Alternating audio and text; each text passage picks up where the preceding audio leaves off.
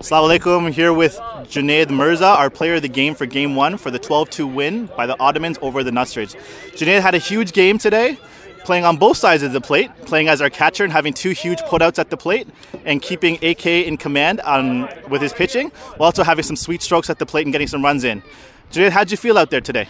It felt pretty good. It was a team game. Everyone was having a pretty good game today, and I know I've been struggling over the last little bit, but it felt really good to come out and hit a few actually. Great, man. All right. Now, next up, the next big thing is you get to play against your old team last year. You won the championship with last year.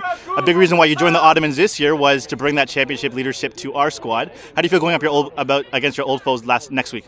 I think Ottomans, we have the lineup, the team chemistry to actually win the whole thing. We're a really strong team, top to bottom. Every guy in here can hit. We're best team defensively, so I'm pretty confident going into this game against the Ayyubids. Great, and how about the playoffs in general? Playoffs start in 2 weeks?